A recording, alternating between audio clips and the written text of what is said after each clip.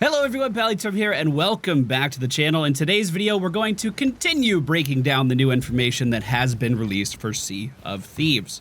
In the last video, we talked about how Rare is going to handle microtransactions with things like DLC and vanity pets. If you want to check that out, there will be an annotation at the end of this video. But as far as what we're going to be talking about today, we're going to be jumping into character customization, as well as personal player hideouts, ship captaincy, and what this spooky skull in the distance actually means. Spoiler alert, it's pretty cool. Character customization. This is something that's very important to me in most games. I'm definitely the type of player that will put 30 plus minutes into getting my character just right if the system has a lot of depth. This is actually one of my favorite parts of playing Black Desert Online, if you guys remember that game. And I actually spent a lot of time recreating the female monk from Diablo 3 inside of Fallout 4 just because their character customization was so good. But in Sea of Thieves, quote, you don't have dozens of sliders and dials allowing you to finely tune the shape of your nose or cheekbones. Instead, Rare has attempted to strike a balance between customizability and accessibility. When you initially make your character in Sea of Thieves, you would be presented with a carousel of 8 completely randomly generated pirates, pulling from potential pools of millions of possible selections. The idea is that there are no two pirates that will look the same, even if, like most players, you simply hit the play now button and go with whatever design you're given. I have to say, you know, I'm not a fan of that at all. I've been seeing some comments popping up telling me that I'm a fanboy because I like a lot of the game systems and, you know, other people don't. And others have been asking me if my content like this is sponsored. You know, that's never been the case. But, you know, later in the article, they go on to say, Rare wants player identity to truly matter in Sea of Thieves to the point where specific players will be recognizable from their character models alone. Your deeds will go with you. And I mean, if that's really their goal, it seems ridiculous to remove in-depth player customization. Now, to meet the player in the middle, the 8 randomly generated pirates can be re-rolled an infinite number of times. But that kind of makes me feel like I'm just going to be playing a slot machine until I find something that I actually will like. How long it actually takes to find something that's right for you remains to be seen. But of course, other than that, hairstyles, beards, peg leg, hooks, and more cosmetic options will be available in the vanity chest found on the ships or outside clothing shops on the outposts. And before anyone asks, hitboxes will be normalized, so picking the smallest character or the biggest character will have no combat changes. You know, I'm actually really torn on this one. Let me know what you guys think of the character customization down in the comments. I wish I had more examples to show you visually. It just kind of seems weird. Up next, we have the pirate hideouts and furthermore, the legendary voyage raids. Now, I put the text on the screen because the raids part was in quotations, making me think that they're not actually raids like we know from other multiplayer games. They're just trying to relate these concepts to raids. A direct quote from the article says, as you ascend up the ranks of faction rep with the game's various voyage traders, eventually you will find a special hideout available only to you and the crew members you choose to bring there.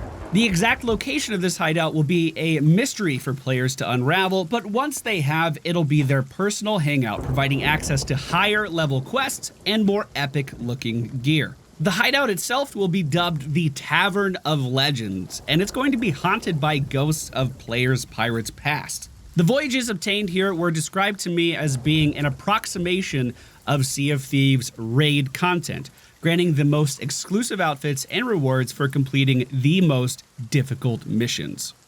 Now, what's unclear in this system is, will there be multiple hideouts based on the faction that you decide to invest your time in? So for instance, will the Gold Hoarders base look different from the others, or is it simply just a standardized hideout and this is the Tavern of Legends and this is what you get? Also, the exact meaning of, quote, this hideout is available only to you and the crew members that you bring there, end quote, leaves a bit of mystery about how this will actually be implemented into the game. I'm guessing this will be like an instance area, and once a ship that has access flagged on the account gets to the area or they're in range, they enter like a private island. But the other members of the world wouldn't be able to see this island? See, this is the part I'm not sure about. And of course, this is all just speculation. I'm really not sure how this would work. Also, this definitely couldn't be used as an outpost to turn in your voyages, right? If it's a private island and no one else could go there? I don't know. The implementation of this seems kind of weird to me as of right now. We're going to have to wait until we get in the game and see it. As far as getting legendary difficulty voyages from this location, I think that is absolutely great. It will reward players who put in the time and effort and also allow them to share that content with anyone that they would like. If you didn't know already, anyone in a crew is able to put voyages down on a table to be voted on, no matter if you've been playing for 1 minute or 100 days. This means more advanced players can show off more difficult content to their friends who maybe haven't progressed that far. A few months after release, Rare is planning to drop the first major update, which will bring in a new system called ship captaincy.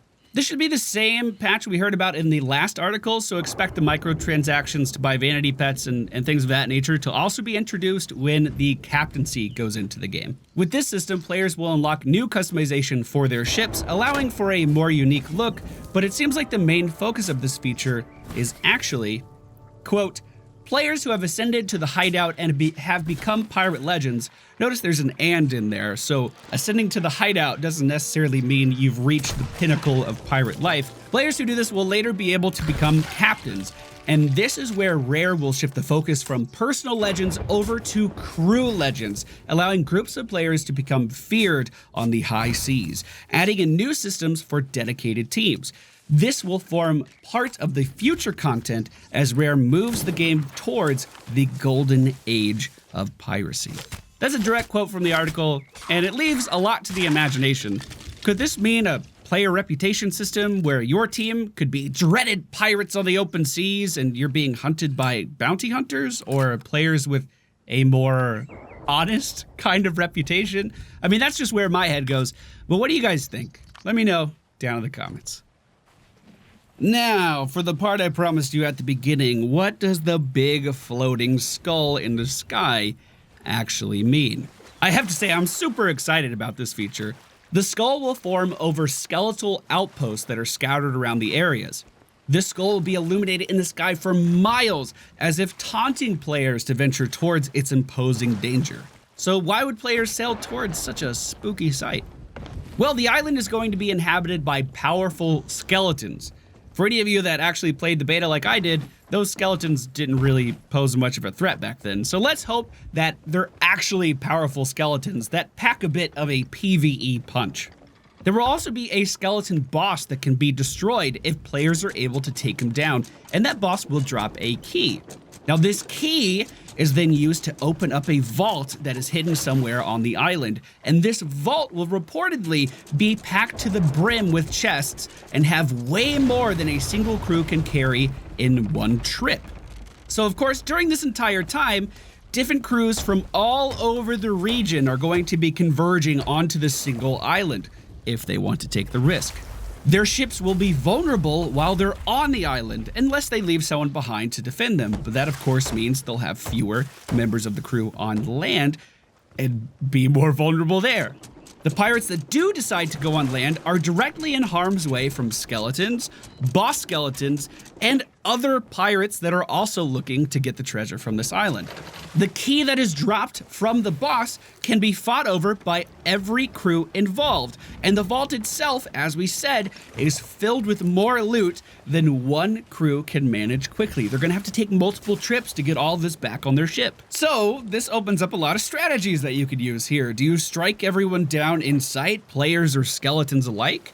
Do you group up with other players to help take down bosses and split the loot after? And even if you do group up with others, who's to say they don't betray you or you don't betray them by the end of it? Not to mention that you also have to leave the island with all of this loot that you just got and make it back to an outpost in one piece and then turn that loot in before someone robs you. That sounds like quite the task, boys. Are you up for the challenge? I definitely think I am. Let me know what you guys think of these announcements down in the comments. Unlike the last video, this one is actually a bit of a mixed bag for me. I'm not sure how I'm going to like the character creation changes, but there's only one way to find out when the game is finally released on March 20th.